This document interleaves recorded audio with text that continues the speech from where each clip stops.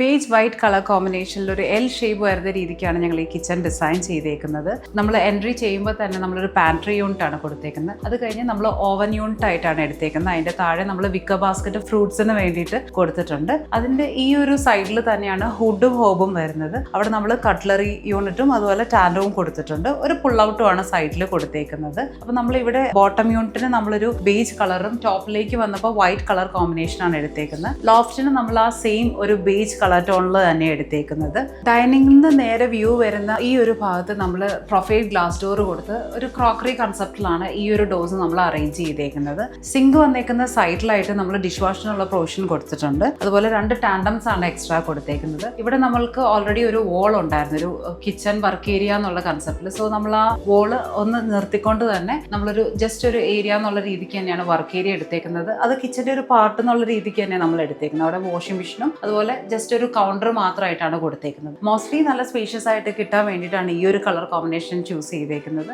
Counter ടോപ്പായിട്ട് നമ്മൾ കൊടുത്തേക്കുന്നത് full body vitrified സ്ലാബാണ്. അതുപോലെ വെട്രിഫൈഡ് ടൈലാണ് നമ്മൾ ഡാഡോ ടൈൽസ് ആയിട്ട് കൊടുത്തേക്കുന്നത്.